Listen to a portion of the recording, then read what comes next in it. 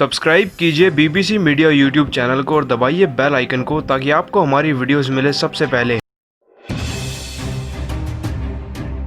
तो अगर आप भी बुमराह और जडेजा को बेहतरीन गेंदबाज और खिलाड़ी मानते हैं तो वीडियो को लाइक जरूर कीजिएगा और वीडियो का लाइक टारगेट बस 500 लाइक्स है तो वीडियो को लाइक करना ना भूलें।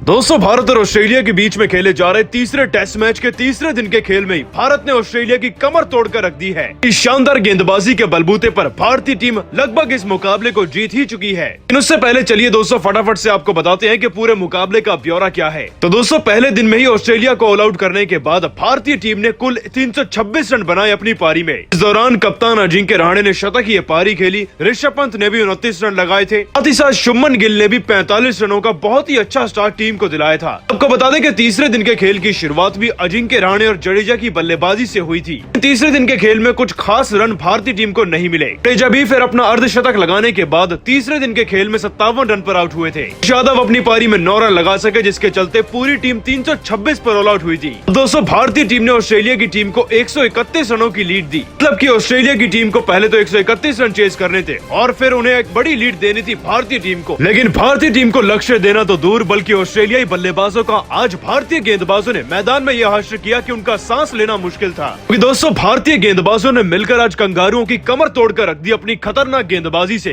और खास तौर पर दोस्तों, जडेजा और बुमराह के तूफान ने तो ऑस्ट्रेलियाई बल्लेबाजों को मैदान पर टिकने ही नहीं दिया। ऑस्ट्रेलिया की टीम का सबसे पहला विकेट जॉ बर्न्स के रूप में उमेश यादव ने शुरुआती ओवर्स में ही दिला दिया था। लेकिन इसके बाद आपको बता दें कि ऑस्ट्रेलियाई बल्लेबाज मार्नस लबुशाने मैदान में सेट हो चुके थे, परंतु अश्विन ने अपनी फिरकी गेंदबाजी के आगे मार्नस लबुशाने की एक न चलने दी। वह फिर कैच आउट हो गए और उनकी पारी 28 रनों पर समाप्त हो गई थी। परंतु ऑस्ट्रेलिया की टीम को सबसे तगड़ा झटका तो जसप्रीत बुमराह ने दिया। दोस्तों, आपको बता दें कि मैदान पर बल्लेबाजी कर रहे थे स्टीव स्मिथ। वो खिलाड़ी है जो कि टेस्ट मैचेस में शतक लगाने के लिए फेमस है। लेकिन 33वें ओवर की दूसरी गेंद को बुमराह ने इतने शानदार तरीके से स्विंग कराया कि गेंद कब विकेट पर लग गई शायद स्टीव स्मिथ को भी नहीं पता चला था। तो फिर बड़ी स्क्रीन पर देखा गया कि गेंद तो विकेट पर लगी है, बेल्स नीचे गिरी है और स्टीव स्मिथ 8 रन पर क्लीन बोल्ड भी हुए हैं। परंतु भले ही ऑस्ट्रेलिया की टीम के क्रीज के एक छोर से विकेट गिर रहे थे, परंतु दूसरे छोर पर तैनात थे खिलाड़ी मैथ्यू वेड। और मैथ्यू वेड दोस्तों पूरी तरीके से सेट थे। वह बड़े बड़े शॉट्स लगाकर अपनी टीम के लिए 40 रन भी जुटा चुके थे। लेकिन मैथ्यू वेड का यही घमंड तोड़ा आज रविंद्र जडेजा ने, वो भी उन्हें एलबीडब्ल्यू आउट करके। 44वें ओवर की आखिरी गेंद जाकर लगी सीधा मैथ्यू वेड के पैड पर। एक भारी अपील के बाद मैदानी अंपायर ने तो उन्हें आउट करार दिया, लेकिन सोचने समझने के बाद उन्होंने रिव्यू की मांग कर दी। रिव्यू में देखा गया कि गेंद जाकर सीधा मैथ्यू वेड के पैड पर लगी है, पल्ले से कोई कॉन्टेक्ट नहीं है, जिसके बाद उन्हें आउट ही करार दिया गया। जडेजा का तूफान यही नहीं रुकने वाला था। आपको बता दें कि जब मैदान पर ऑस्ट्रेलियाई कप्तान टिम पेन बल्लेबाजी करने आए तो जडेजा ने अपनी शानदार स्लो डिलीवरी में उन्हें भी फांस लिया और वह एक आसान सा कैच थमा बैठे। साथ ही साथ दोस्तों इसी दौरान ट्रेविस हेड का भी विकेट मोहम्मद सिराज ने लिया था। मिलाकर दोस्तों सबकी परफॉर्मेंस एक जैसी थी। तारीफ करनी होगी जडेजा की, जिन्होंने बल्लेबाजी के साथ साथ गेंदबाजी में भी हुनर दिखाया। और बुमराह ने जिस तरीके से स्मिथ को आउट किया, उसने पूरा मुकाबला पलट दिया। और दोस्तों तीसरे दिन में कुछ इसी तरीके से अपनी खतरनाक गेंदबाजी से भारतीय टीम ने अपनी लीड भी नहीं उतारने दी ऑस्ट्रेलिया की टीम को। सलाम करना होगा जडेजा, बुमराह और मोहम्मद सिराज अश्विन की गेंदबाजी को। सभी भारत की गेंदबाजी को 10 में से कितने नंबर देंगे, इस बात का जवाब कमेंट करके जरूर दीजिएगा। दोस्तों, आज जैसे ही तीसरे दिन का खेल शुरू हुआ तो दोनों खिलाड़ी फिर से मैदान पर लौटे। अब भारतीय टीम की बल्लेबाजी में शुरुआत काफी अच्छी थी। वैसे तो धीमी स्टार्ट के बाद भारतीय खिलाड़ी अब कहीं न कहीं प्रेशर में आ चुके थे और इसी प्रेशर में फिर पारी के 100वें ओवर में अजिंक्य रहाणे आखिरकार रन आउट हो चुके थे और आखिरकार कप्तान अजिंक्य रहाणे की यह शतकीय पारी 112 रनों पर समाप्त हो गई थी। लेकिन दोस्तों अभी भी मैदान पर मौजूद थी एक उम्मीद, और उम्मीद थी जडेजा और उमेश यादव के रूप में। साथ ही साथ दोस्तों जडेजा भी अपने अर्धशतक के बहुत ही करीब थे। ऐसे ही मैदान में उमेश यादव आए तो जडेजा ने पहले तो अपना अर्धशतक पूरा किया। आपको बता दें कि 132 गेंदों के लंबे इंतजार के बाद आखिरकार जडेजा अपने अर्धशतक तक पहुंच गए थे और अब तो क्रीज के दूसरे छोर से जडेजा को उमेश यादव का भी साथ मिलने लगा था। तो खिलाड़ी काफी देर तक स्ट्राइक रोटेट करते रहे और फिर जैसे ही दोस्तों 104वें ओवर में जडेजा को मौका दिखा तो उन्होंने खतरनाक चौका जड़कर लयन के ओवर में टीम को 300 के पार पहुंचा दिया था।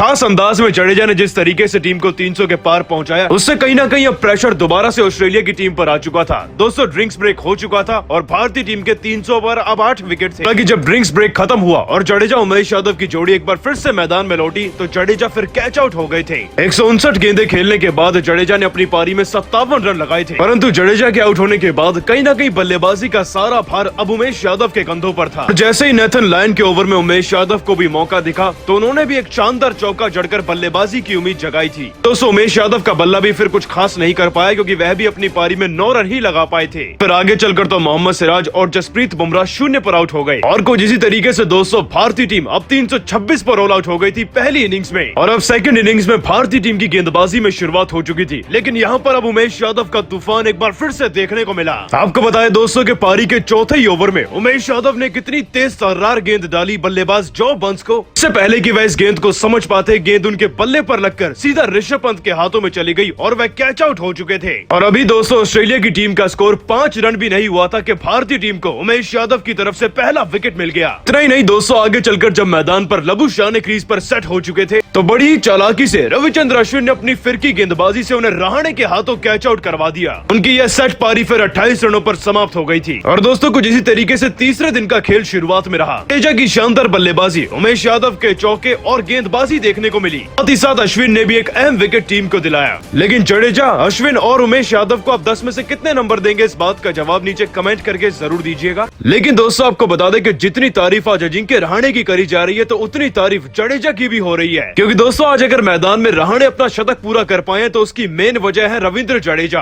क्योंकि दोस्तों जहां क्रीज के एक छोर से विकेट गिर रहे थे तब रहाणे का साथ देने के लिए ऐसी मुश्किल स्थिति में जडेजा ही मैदान पर आए थे। और ऐसी मुश्किल स्थिति में न सिर्फ जडेजा ने विकेट गिरने रोके बल्कि 104 गेंदें खेलकर दिन का खेल खत्म होने तक नाबाद 40 रनों की पारी भी खेली। इस दौरान छठे विकेट के लिए रहाणे और जडेजा के बीच में एक बेहद ही महत्वपूर्ण पार्टनरशिप हुई और इसी पार्टनरशिप के चलते ही भारतीय टीम 82 रनों की लीड से अब आगे भी है। दोस्तों रहाणे ने तो अपना शतक लगाया ही, लेकिन रविंद्र जडेजा के 40 रन भी भारतीय टीम के लिए बहुत ज्यादा अहम है। साथ ही साथ आपको यह आंकड़ा एक और बता दें कि रविंद्र जडेजा साल 2016 से ही टेस्ट क्रिकेट में नंबर 1 ऑलराउंडर है। यहाँ तक कि बेन स्टोक्स भी उनके आसपास नहीं लगते। अगर टेस्ट फॉर्मेट की बात करी जाए तो जडेजा का एवरेज बैटिंग स्कोर ही 48 है। सिर्फ इतना ही नहीं, आपको बता दें कि जडेजा चोटिल हो चुके थे T20 सीरीज के दौरान, जिसके बाद 18 दिनों के लिए वह टीम से बाहर भी रहे। लेकिन उसके बाद जडेजा ने अपनी जोरदार वापसी अब भारतीय टीम में करी है और वापसी भी कुछ ऐसी कि भारतीय टीम के लिए इतनी अहम पारी खेली कप्तान अजिंक्य रहाणे के साथ। दोस्तों रहाणे तो तारीफ के हकदार हैं ही, लेकिन जडेजा की बल्लेबाजी को आप 10 में से कितने नंबर देंगे, इस बात का जवाब कमेंट करके जरूर दीजिएगा। फिर दोस्तों आपको बता दें कि अजिंक्य रहाणे की इतनी बेहतर कप्तानी और खास तौर पर उनके शतक की तारीफ हर किसी ने करी है। इन दिग्गजों ने उन पर क्या कहा है चलिए आपको बताते हैं। सबसे पहले दोस्तों सुनील गावस्कर ने रहाणे को कांग्रेचुलेट किया और उनको एक बेहतर कप्तान बताते हुए गावस्कर ने कहा कि मैं बहुत खुश हूँ जब खिलाड़ी इस तरीके से अपनी कप्तानी को निभाते हैं। न सिर्फ उन्होंने गेंदबाजी में सभी खिलाड़ियों की मदद करी बल्कि बल्लेबाजी में भी शतक जड़कर सबको भरोसा दिलाया। इससे एक तो आप अपनी टीम के खिलाड़ियों का कॉन्फिडेंस बढ़ाते हैं, साथ ही साथ उनका भरोसा भी जीते हैं। जिनके रहाणे के शतक पर मैं उन्हें कांग्रेचुलेट करना चाहता हूँ। साथ ही मुझे यकीन है कि उनकी कप्तानी से हम जरूर जीतेंगे। दोस्तों आपको बता दें कि वीरेंद्र सहवाग ने भी रहाणे के लिए ट्वीट करते हुए उन्हें बधाई देते हुए कहा कि रहाणे वो खिलाड़ी हैं जो कि भारतीय टीम को जिताना जानते हैं। अपनी